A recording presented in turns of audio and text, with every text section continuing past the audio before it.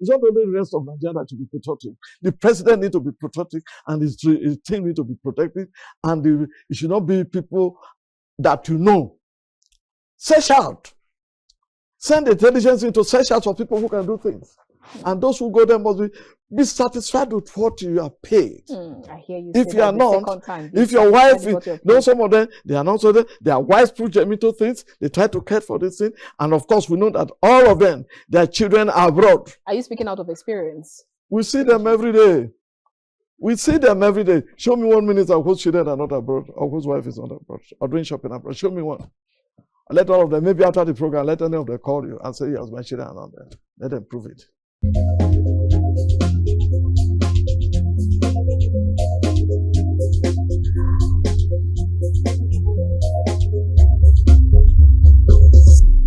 let's begin this conversation first taking our quote from Anthony Fox, who once said, "The rapid increase in the production and transportation of crude oil requires additional vigilance for the continued safe movement of its commodity."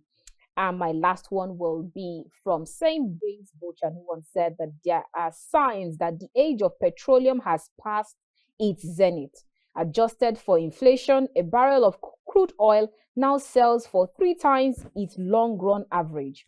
The large Western oil companies which catalyzed the industry for much of the 20th century are now selling more than they find and are thus in the throes of liquidation. Wow, that's huge. Looks like looks close to what we're discussing today. In fact, that's what we're discussing today. Very warm greetings and welcome to The Conversation. We're reaching you from KAFTAN's television today here in the nation's capital, Abuja. I am Annabelle Oji. Right, tonight we'll turn our attention to crude oil matters. Did you see the long queues in fuel stations, in filling stations, whichever one you want to call it, retail outlets? The queues are getting longer every day. And you just begin to wonder, since after fuel subsidy is gone, what exactly is happening? Since after war is war, which are the words of the NNPC GCO, that's Mele Kyari, who said they are worried that they're declaring state of emergency on Nigeria's petroleum and crude oil sector. But then you just wonder, why do we still have to go out again and then start begging to buy fuel? You still go to the filling stations, you find black market boys carrying their jerry cans up and down, and you're wondering, how can I even get fuel? And to top it, transportation has gone 3 times high. Well, these are what we'll be discussing tonight. My guest on the show today, I have 2 guests, and my first guest is Sleek Oshare, who is an oil and gas expert. Great to have you on the show, Sleek Oshare. Yes, thank you. Welcome, Sleek Oshare. Okay, so my next guest is Habib Gajo, who is a BDC expert. He is a political economist. Welcome, Habib Gajo. Thanks for having me, Annabelle. Great, welcome. All right, so we're also talking FX, volatility. We're talking all of the measures made by the monetary policy, I mean the CBN. What exactly is happening? They come out to say that they are doing all that they can do to ensure that the FX is at least to a particular amount, but it looks like there's a ladder that FX has decided to climb and it refused to come down. What can we do in this regard, especially in what can the fiscal policy and the monetary policy do in this regard? I will bring that question to you, Habib Gajo, since that's where we're starting from with regards to at some point we thought that our ailing Naira is gaining strength. In fact, it has gained strength. It went from 1,900 to almost 2,000 and then went down to 1,200. And we saw the monetary policy people like telling us, reminding us, I told you we were working towards making it, in fact, reduced to maybe 700 or below that. And we hear JP Morgan and some other international bodies come out to say that, don't worry, 1,200 is still high. We're looking at around 700 or even lesser than 700. And we're optimistic, but now we're looking at over 1,500. And some other persons, even though I hate to hear the word, hear people speculate about these things, but some people say, worst days might come. We might get to 2,000 or even 1,800, which is, I would not like to say so. But let's get your thoughts in this regard, Habib Gajo. MPC hold their own meetings. we will see a changes. Hmm. We will notice so many things has changed. But before you go ahead, sorry, I have to go. Before you go ahead, I'd like to also add the fact that the CBN governor has said that they are looking forward to reducing the interest rates soon. So just put this together, how it can actually cushion the effect of rising FX. When the CBN governor Yemi Cardoso took over, he was fully in charge. He made some good policies. He reformed the foreign exchange market. He brought so many innovations of how to transact and bring back the strength of Naira. Did you say when he came, he was fully in charge? He was fully in charge. He was in control. He did so many things. You understand? And Nigerians we feel the impact of that changes, in the sense that foreign exchange went down up to 900 and something, 950. You understand? But unfortunately for him, I had him in the Senate here committee. He told the senators that all the monetary policies are in order. They are perfect. You understand? They are working, but the physical parts are not doing their work. You understand? They are the one to implement. They are the one to push the economy toward the reform by central bank governor. You understand? But we have seen the executive turning around, somersaulting those good policies of the CBN and good policies of the economy. You understand? So many things have somersaulted. Are you accusing the fiscal policy of jeopardizing the effort of the monetary policy? Yes. If a president don't have a good cabinet and advisors, this is what happened. You understand? And if the commander-in-chief is listening to some foreign powers, you understand? I think we are not going anywhere. We had the minister of finance, who is the coordinating minister, telling Nigerians that they're trying to bring foreign portfolios, inflows, business inflows, or investment inflows, or inflows of, you understand, of exchange rate, and so on and so forth. You understand? But on ground is empty. The economy of the country is empty. There is no manufacturing, the collapse of agriculture, collapse of security, collapse of healthcare and education, and you think a foreign investor will come and invest in your country? You don't have good judiciary, you don't have law enforcement, you change your policies at will in 1 week, in 2 weeks, in 3 weeks. Those foreign portfolios, they have their target. You understand? So it actually goes way an objective. It actually goes way beyond traveling there and then talking to them about coming in to invest. Yes, they plan 1 year, 2 years, 10 years ahead. You understand? But if they come to Africa, or they come to a country like Nigeria, who every 3 months policy will change. And when policy change, business collapse. That's what kill our local businesses here. That's what kill our homegrown businesses. That's what kill the SMEs. That's what kills so many banks. That's what kills multinational corporations. They left because they can't continue with somersaulting a policy, changing a policy in one day. How can you cope? You understand? So these are the issues. Like, for example, like the lending rate is so unfortunate and pathetic that we don't even know what the lending rate, how the lending rate is affecting our economy daily. Right. You understand? They will just walk up and say, we increase the lending rate to 19%, 20%, 25%, 26% in just 2 quarters. 2 quarters. 1 year. We have exhausted everything. Now nobody can borrow, nobody can invest in his own business to grow.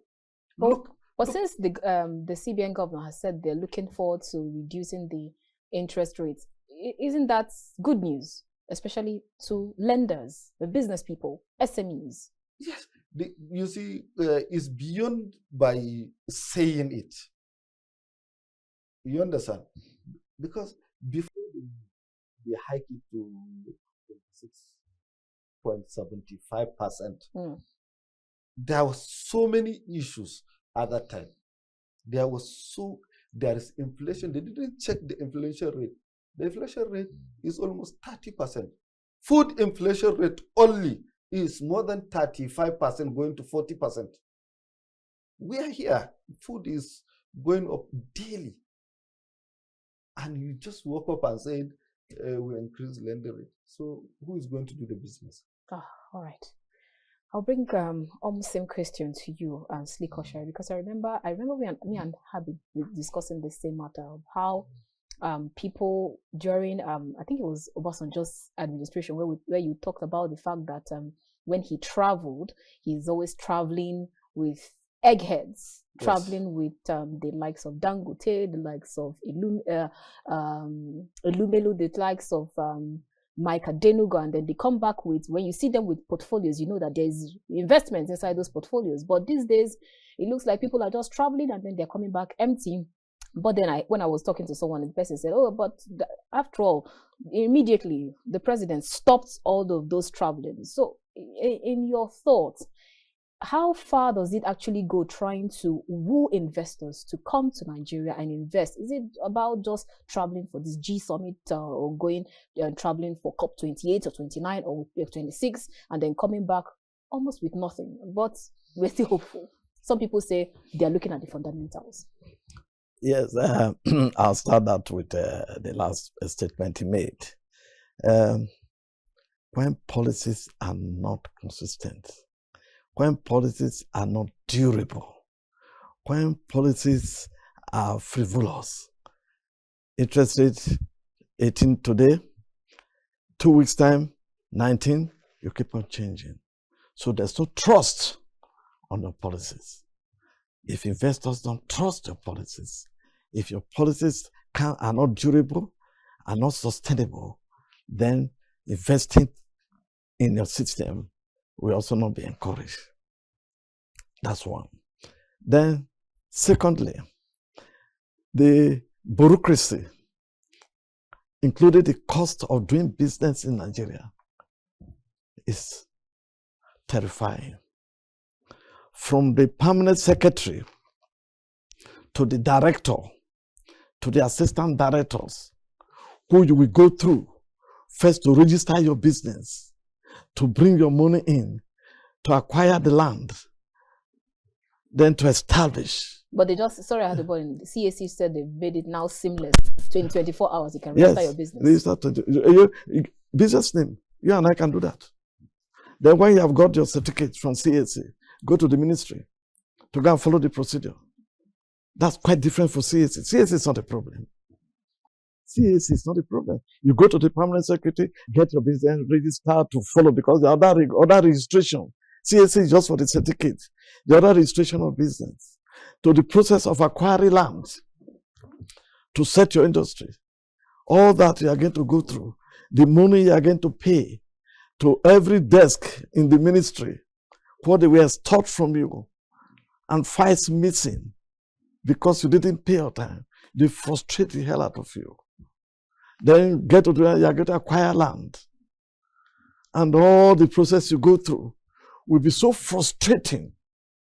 Will be so frustrating that by the time you are through, maybe a business you want to establish $1 billion, you would have spent about $2 million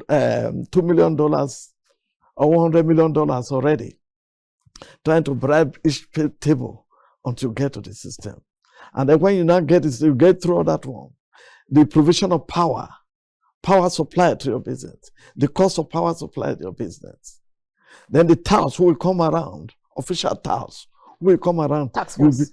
You will be so frustrated to get out of this. So the business itself is not even protected. It's not protected from the environment. These are the things about. Then secondly, investing in Africa and in fact the third world countries, especially Nigeria, you have what we call, and I've mentioned it here before, the economic treatment who are introduced into the system by the World Bank, by the West, who are there to give you advice, to give you policies that favor them, that destroy your system. And these are the ones you bring on. If you notice, most of the people we are appointed to the economic team, financial team, this country, where did they come from? Trained in Harvard, trained in Oxford, trained in Yale's University, Stanford. They come back with induction, with a purpose to handle your economy. Where did they come? Look at all the ministers of finance. Look all the way back. These are the economic hitmen. They bring policies who are based simply on theory. And you know that theory and practice don't match. Theory gives you idea, but practice is the real thing. It's not as in book. So this economic men have. And they must make policies that will favor. They make you implement policies that will favor the West. America is the greatest debtor in the world, but they don't pay, and they don't need to pay. They go to the mint and print the dollars and get it on. So the policies must favor them. You must continue to owe the World Bank. You must continue to owe IMF. Owe the World Bank. Yeah, we must continue to owe the World Bank and owe IMF. Interesting. So the policies must be further in such a way that it is their companies that must come and do things. And if you look, in this era we are facing we are the second phase of social adjustment. And you know, the phase one of social adjustment, which was seriously opposed by Ibrahim Ayagu and Professor Aluko, then under Babangida, September 1986. SAP. Sam Aluko. Yes. SAP destroyed Nigeria. SAP destroyed Nigeria. And in fact, I usually put it, there are 3 stages. Now we're at the 3rd stage. The 3 stages of Nigerian economy being destroyed was stage 1 in 1973, during the Yom Kippur War, where the Arabs put embargo on oil export. And Nigeria capitalized on it and made so much money that Nigeria disposed, because when I was growing up, we used to see tax officers even coming to my village, rural area, would come and collect us. But from that 1973, when oil boom came, we abolished all those little taxes that we used to pay. All efforts was on oil money. We made the money and we couldn't spend the money. And I remember it was a Clementi song of Vincent Ola, governor of Central Bank then, said money was rotting away in the Central Bank vault, that we need to use the money. What did we do? We embarked on Festac 77. We embarked on international SCAT Jamboree. We started paying salaries of civil servants in the Caribbean and Liberia and some other places without investment. Is that a problem? Does it have a ripple effect? Ripple effect that tomorrow? we were not investing.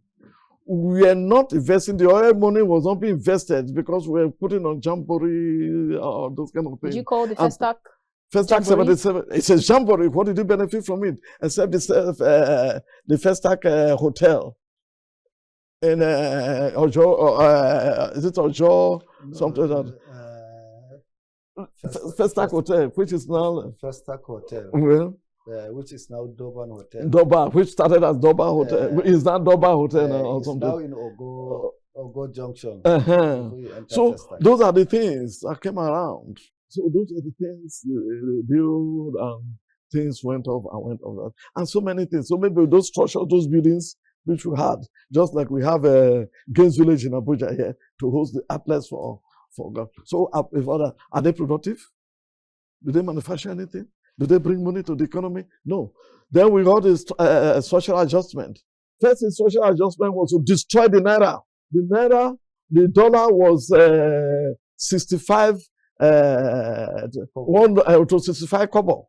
That was the dollar. To 75. And then the pound was 1 naira 20 kobo to the pound. Social adjustment came. Immediately the Naira went to 3 naira 50 kobo to the dollar. See the jump. And since then, it's history. Social adjustment. And things kept on going, production, and that was the era. If you notice, from the 80s and 90s, Michelin started reducing. Dunlop started going down. Barrack batteries faded off. Bata shoes faded off. Cable metal, producing wire, faded off. And many others we can count.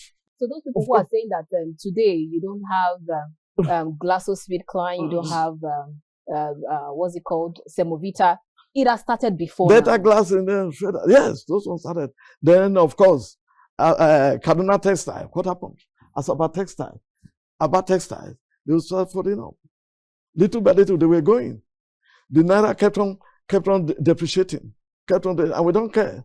And of course, the era of settlement, it was that period of around 1960. Now, that's they introduced the era of settlement. The government settling people, which should not call bribing. That Babangida era, used to call it settle. It's just settlement. Money started flowing. No punishment for corruption. No consequences. So we're capitalizing it. All right. So industry didn't go. So now we have entered the second stage of social adjustment.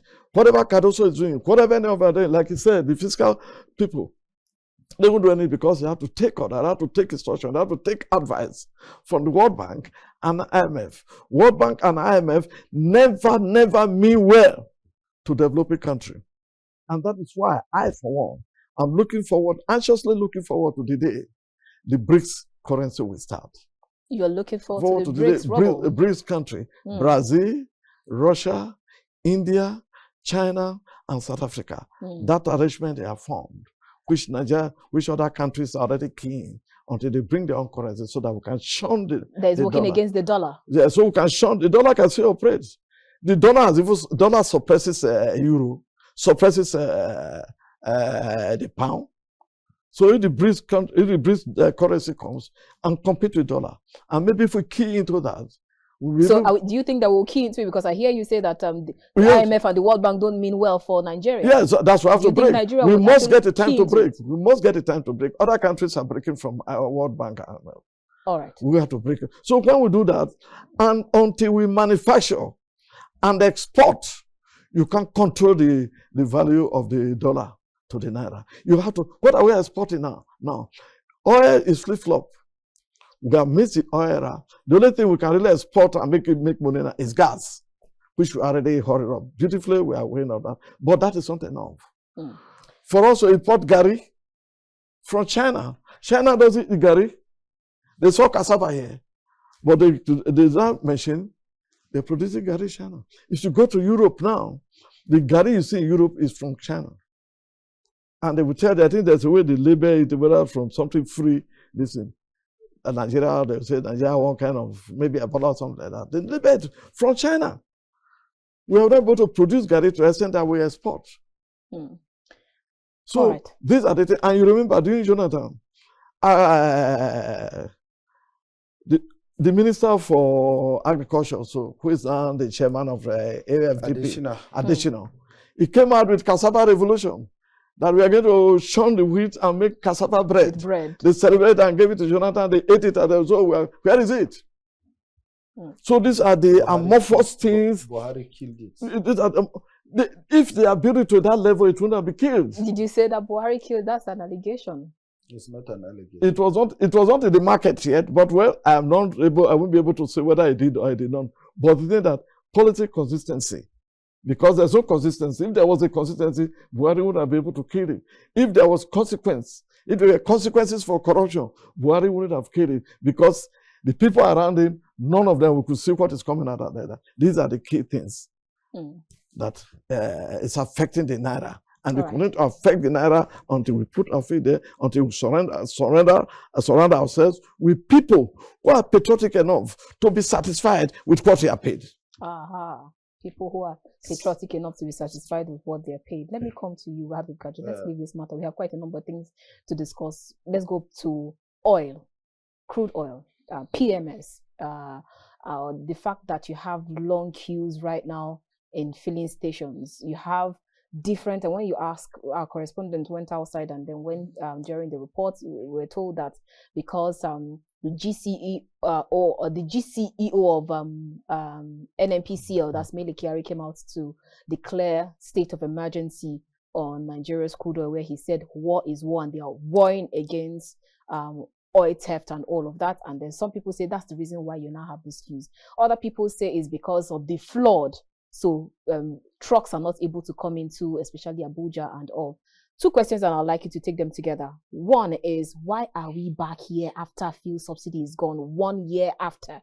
That's one on the side. And then secondly, you have Dangote, who has accused oil cartels that they are even far worse than the drug cartels. And some other persons say nobody goes into business without due diligence, without being sure that at least that we get 20% or 20 years of fixed supply before going into that business. So maybe he's just crying way too much because it is pinching him on this side. What are your thoughts on all of this? And you recall that his some part of the refinery was caught fire a few days or weeks ago. After he made that interview. First of all, I want to correct you. Fuel scarcity and queues did not start today and has never left us. We live with it from 1987 to date. From the reserve of the NNPC, the reserve of our refineries, $1 billion was withdrawn and funded ECOMOG. After the formation of ECOMOG, another refinery reserve by Total in France, over $1.5 billion was also drawn and fund the ECOMOG to go to Liberia and other countries. That's the genesis of killing our refineries. That's the beginning of introducing subsidy. That's the beginning of importation of refined petroleum. Up to 1990, 1992, we are still on it. Abacha came, tried to revive the refineries. Some refineries work, some refuse. Pipeline vandals, pirates, and so many things. You understand? Youth restiveness was the order of the day. And the military government was also, like he said, there is no check and balances in corruption. You understand? Corruption was free. You can vandalize government infrastructure, nothing will happen. Even if you are arrested, somebody will order somebody or will write note on his complimentary card and say, leave him. Nobody is being punished. We are here. Kaduna refinery did not work. Had it been Port Harcourt and Warri refineries are working, today we will not be talking about flood because we will just pass it through our pipelines to our depots all over Nigeria. We don't need trailer. If our railway is working, we don't need tanker. We don't need farm tanks. It will go direct to our depots, and depots will now supply to filling stations. You understand? Like he said, SAP came. We protested it. Nigerians protested it. Like he said, Professor Samuel Luko and so on, and many of them came out and said, no, this thing will kill not only Nigeria, will kill Africa. But unfortunately for us, who is the secretary to the government of the federation at that time, Olufalaye, Mr. SAP. yes, said No it's alternative. safe. He said SAP is safe. No alternative to SAP. And up till today, we are not safe. Me, I call it selling African people. That's what SAP.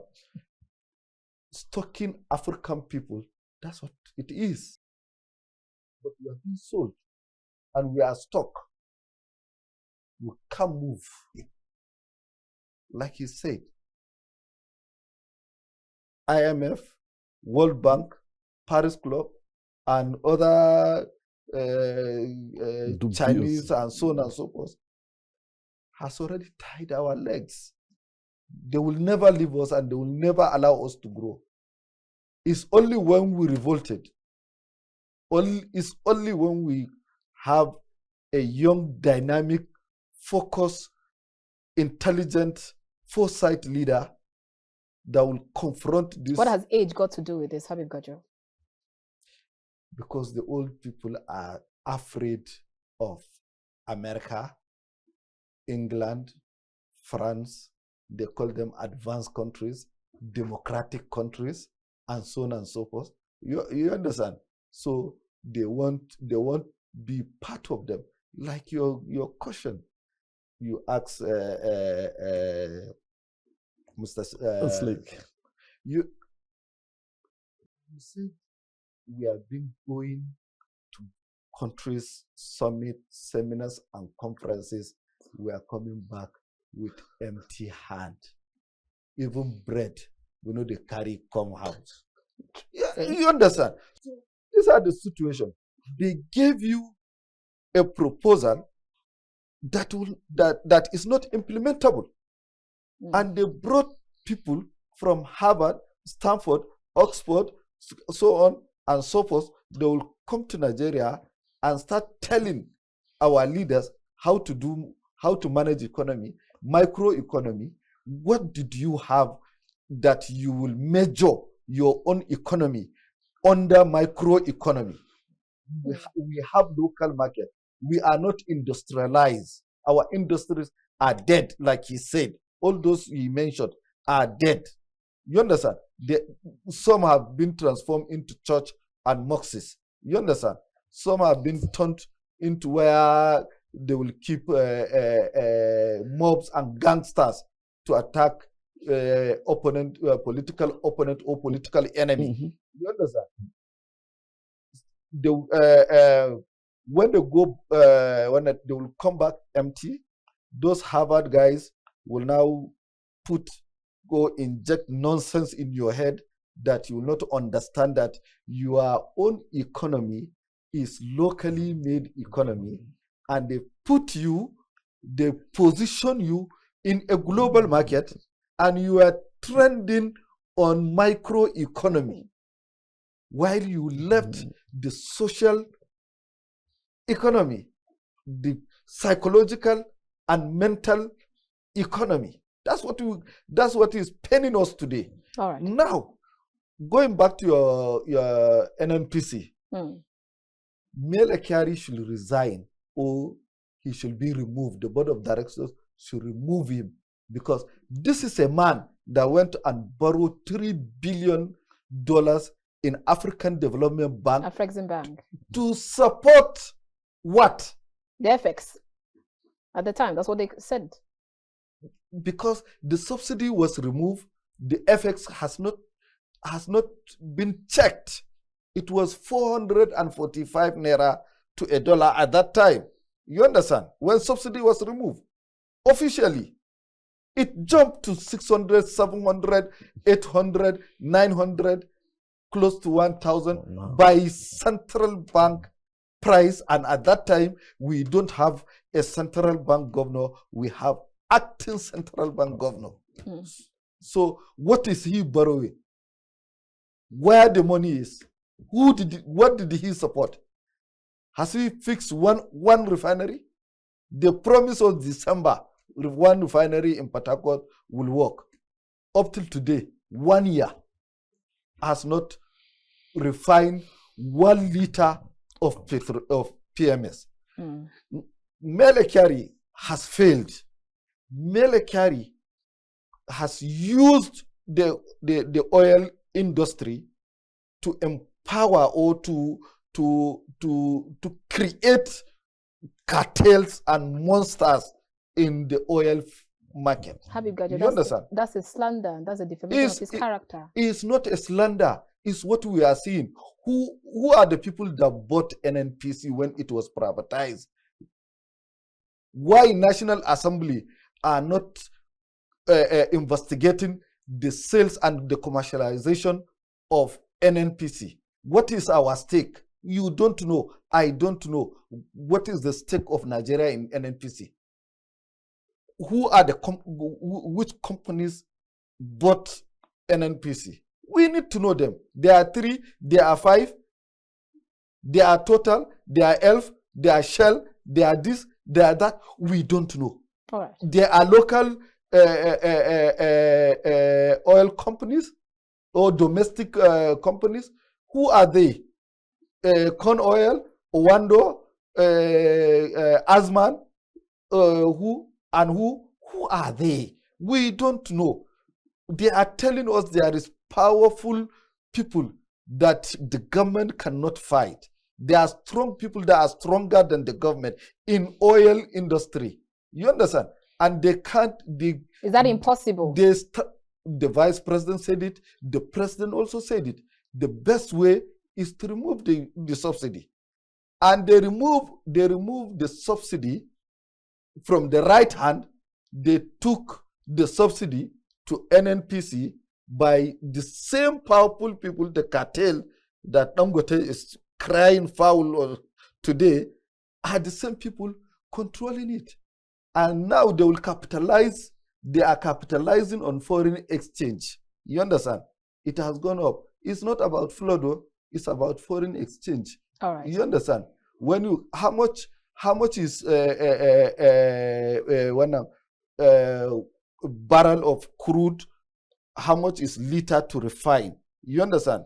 If you calculate down to Nigeria, you find a difference of almost 6 naira. If you put $6, so $6 to the one is over 1,000. Is over 1,005. It's over 1,005, and we are selling 615, 700, and 800. You understand? All right, Habib Gajo. So who they can't compete. This is where the problem is. Let them come out and tell us the truth. You understand? Let us give modular refineries. You understand? To operate. You are not. Dangote is not buying from Nigeria. He's buying from outside. You understand? And he's selling outside. He can't sell to Nigeria because it's not profitable to him. He needs profit. You understand? But when we have these modular refineries, China has over 300 modular refineries in one city. One city. They have over 300 modular refineries. Go to America. All these Venezuela, all these oil companies in Caribbean, they have modular refineries inside America. All right, we need to go on a break before we come back to conclude on this matter. Let's go on a quick break, and when we return, we'll have their landing thoughts on the state of the nation, and also we'll move straight to ECOWAS leadership. I'll see you after this time out. Please stay.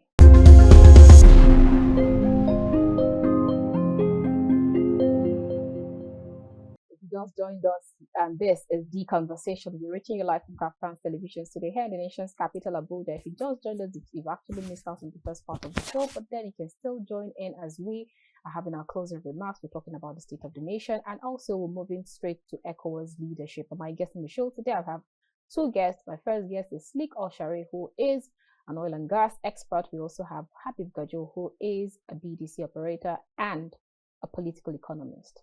Okay, before we went on that break, we've actually spent quite a number of, like we stated quite a lot of things before we went on that break. Now let's round off on the oil matter. I hear Habib Gajo say that accuse the NNPCL CEO of creating cartels around the oil. That's, we remember Dangote complaining about these cartels being worse than what you have in drugs and all of that. But like I said earlier, most people would complain that why is he complaining now? Because if you're coming into business, you're supposed to have like a fixed supply of where you get your crude. How possible is that? And then some other persons will say this issue of long queues and all, if we just have like a fuel farm or somewhere maybe in Abuja, you don't, like, where you can store it, you don't always have to do this going and coming and bringing, or the vehicles are trapped in one place or the other. Is that even possible, Sleek Oshare? Let's get you on the door.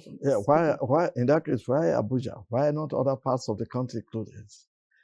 You see, the NNPC in the 80s, early 80s, established a network of pipelines that went through across the country.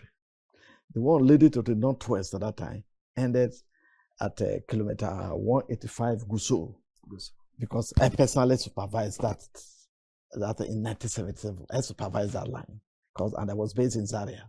I used to drive to Gusau every day and back. And they extended line to Maiduguri. That was the network. And then there was a point where they needed to bridge. They can cross each other in case one line has a fault. So that network was already there, supplying crude to Kaduna refinery, as well as also you see if you go to Abaji, you will see NNPC pump station there. Yes, yes. They were all over, established like that across the country, from Warri, from Port Harcourt. This is already there. So the NNPC had catered, the government had planned and catered for fuel supply across the country. And until that era where SAP came in, and they mentioned ECOWAS, which has not even occurred to me before. Until those so he just opened your eyes to that? Yeah, to account to part of the reason why NNPC didn't have money, where the refinery were shutting down more often. And then the people who introduced subsidy, I told you before, when subsidy was introduced, it was introduced as a part of financial monetary payments to importers of this. No, subsidy was brought in to adjust for SAP, for social adjustment. Now the barrel of oil was being sold $1 per barrel, and the time the dollar and the naira was equal. So it was $1 and $1. So selling the barrel for $1 out, and the SAP brought a change immediately that took 3.5 naira to the dollar. And we're still selling this. So the question was asked, what do we do? Do we still sell the crude oil to the Nigerian refinery at $1? We say yes, we have to sell it at $1 at 1 naira, which in the 2.5 naira difference was the subsidy, was regarded as a subsidy. Yes. So that was what we forfeited. So it wasn't money paid to anybody. This one we can't capitalize on. When money started leaving the system, we have to shut down the refinery. So before the refinery was shut down, the amount of fuel that was saved was not being hijacked, yes, taken offshore, kept offshore until Nigeria will demand for importation. Yes. So that same oil was brought back and people were paid for. And of course, before then, we even exported petroleum products to West African countries. Yes. That was the situation we had. So it's not just Abuja. Now, for us, the pipelines are being vandalized every day and they are not being taken care of. So even if you start the Kaduna refinery, I'm not even sure that you'll be able to take crude oil to the Kaduna refinery. To even take crude oil to Warri refinery is difficult. They keep on blowing up the line every day. So these are the consequences. We have not been able to tackle criminality. We have not been able to, until you do that. So even declaring state of emergency, is that not tackling criminality? You declare state of emergency just on radio and television. That is why I said he should resign. Do you implement it? He has failed. Do you implement it? These are the things that don't work. There is no implementation. We have even had a situation of they say they have pipeline security. But every day we read about Navy boats confronting the Tantita. Yes. Confronting the Tantita on the same oil being stolen. So who is stealing it? Is it the hired security or the Navy or the Army? We have saw this process. So we have no control. We have no real decision how to check the system from up to down to see who are those benefiting from it. Because some people are benefiting from it. That is why the thing is perpetuating. That is why we need to do all that. And that we do that over and over, like he said, queues have always been with us since after SAP, since after the introduction of SAP, that 1977. The 1987, because it will always be with 1987. Yes, it will continue to be, it will slow down for a little while and go up because you're importing. Refineries, we were told that Kaduna Refinery, Port Harcourt Refinery will start in October last year. We're in July now. Okay. I know how much money I've been spending. The Jonathan government spent so much money in rehabilitating the refinery. Obasanjo government spent so much money. Abacha government spent so much money on those two refineries. We keep on spending. All right. Until we address the issue clearly and take drastic action on those who are causing it. I'm talking about Dangote, whether I do research or not. Do you remember when Dangote refinery was going to be commissioned? Emefiele was there as the governor of Central Bank. Yes. Right. What did he say? He said Dangote has offset 70% of the loan intake. How could they have offset 70% of the loan intake when the refinery has not started producing? When the refinery has not started producing, it was still under construction. He said he has paid off 70% of the loan. Where did he get the money? How did it happen? So Dangote himself needs to check himself. I think Dangote refinery was built to take crude oil of the same spec from Nigeria and from the US. I think that there's something wrong with that, because the capacity of that refinery is more than the capacity of our daily production. Our daily production at peak has been 2.4 million barrels a day. Dangote refines 650,000 barrels per day, which means per day. And before he came, and before he came into production, Nigeria has signed agreement with buyers abroad, and the agreements are usually signed over a minimum of 1 year. So are you going to breach those agreements in order to supply immediately? He too knows that. So there are things wrong somewhere. And then I come back again, the policy makers, the policy implementers, they need to do. And the president needs to be patriotic. It's not only the rest of Nigeria that should be patriotic. The president needs to be patriotic, and his team needs to be protected. And it should not be people that you know. Search out. Send intelligence into search out for people who can do things. And those who go there must be satisfied with what you are paid. I hear you. If you are not, if your wife, some of them, they are not so there, their wives push them into things, they try to care for this thing. And of course, we know that all of them, their children are abroad. Are you speaking out of experience? We see them every day. We see them every day. Show me 1 minute of whose children are not abroad, or whose wife is not abroad, or doing shopping abroad. Show me one. Let all of them, maybe after the program, let any of them call you and say, yes, my children are not there. Let them prove it. All right, let's get your London thoughts on this very quickly. 2 questions, very quickly, if you can help us. Get your London thoughts on this matter, and then we'll move straight to ECOWAS leadership. President Bola Ahmed Tinubu has again been reappointed as the ECOWAS chairman, and I also see the fact that Niger, Burkina Faso, Mali has refused return to ECOWAS. What has this new leadership phase? What is it going to do in terms of that, bringing them back to the fore, or is it just let's just divide and rule? Well, like Mr. Sleek has said, declaring state of emergency depends on those who are the cartels that are controlling the oil industry. So the cartels, the head of the cartel is the GMD of this. So he needs to declare state of emergency. Habib, again, you are alleging on himself that to resign honorably. He has failed. He has been there for more than 5 years now. I think 4 to 5 years, what? Since Buhari. Since when the other man died, he took over. You understand? Yeah. Up till today, he is the one increasing our fuel, our gas and so on. So declaring state of emergency means to remove him. Let the National Assembly go and did their own public hearing, upstream, downstream, even if it is midstream. all right. They should get him and kick him out. All right, very so quickly, that let's touch on the ECOWAS somebody leadership will come before and we go. bring his own experience. Going back to the ECOWAS, you see, Nigeria formed ECOWAS. Nigeria formed AOU. You understand? Before Gaddafi and South Africa reformed it to African Union. You understand? It's Nigeria that rallied round the formation of OAU with Nigerian money. But all these things are not being said. It's just only for us who went to school early and got the knowledge. You understand?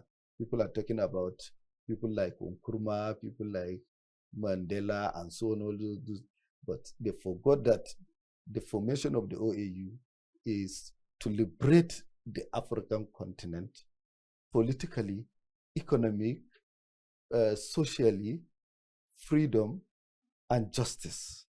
That's what OAU stand. You understand? We now came back to a regional bloc. After the coups have been all over Africa, Yakubu Gowon rallied West African countries based on economic agenda. That is why it was called ECOWAS. All right. You understand? It meant for economy. So your strength in that ECOWAS is the money you have, the natural resources you have, the market you have. You understand? Nigeria has a big market. Ghana has a big market. Senegal also has a market. Which country again? They have market. You understand? But those people that are pulling out, those countries that are pulling out, like Niger, don't have big market. Their market is in Nigeria. And what they goes back to their colonial masters, France. You understand? They pay to Paris account. It's France that is paying their salary. It's France that is paying everything. You understand? Like Cotonou depend also on Nigeria. Their own port purposely is for Nigeria and Niger. You understand? So it's because we have the market. That is why Niger is viable. All right. Benin Republic is viable. All right. Now, for them to pull out, I think they made a big mistake of pulling out because they can't stand alone. So they might have to come back again. Sahel is being dominated by terrorists. Sahel is being controlled by terrorists. You understand? Where terrorists exist, you don't build economy in a terrorist domain country. Right. Lastly, President Bola Ahmed Tinubu was appointed or was elected to be the ECOWAS chairman. You understand?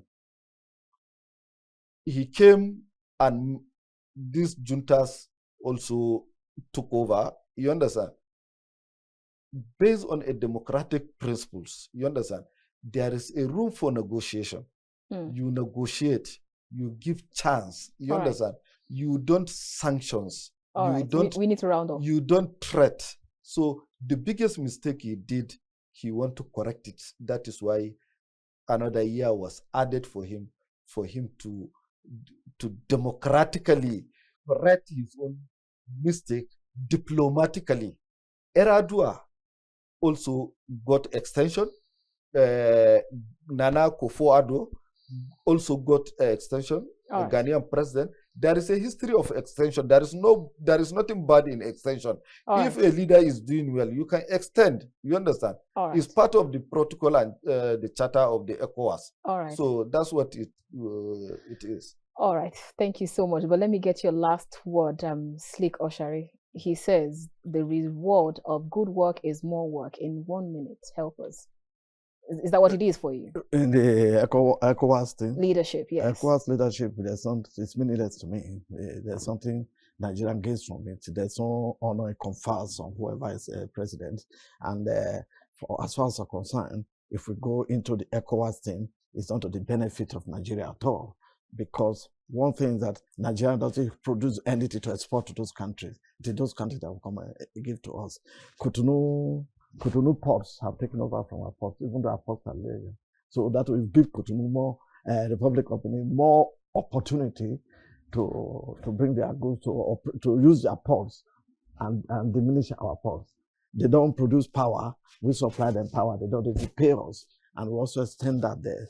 Maybe we are not trying to even take gas to them. We'll take gas to them, they will not pay us. But we don't have manufactured goods.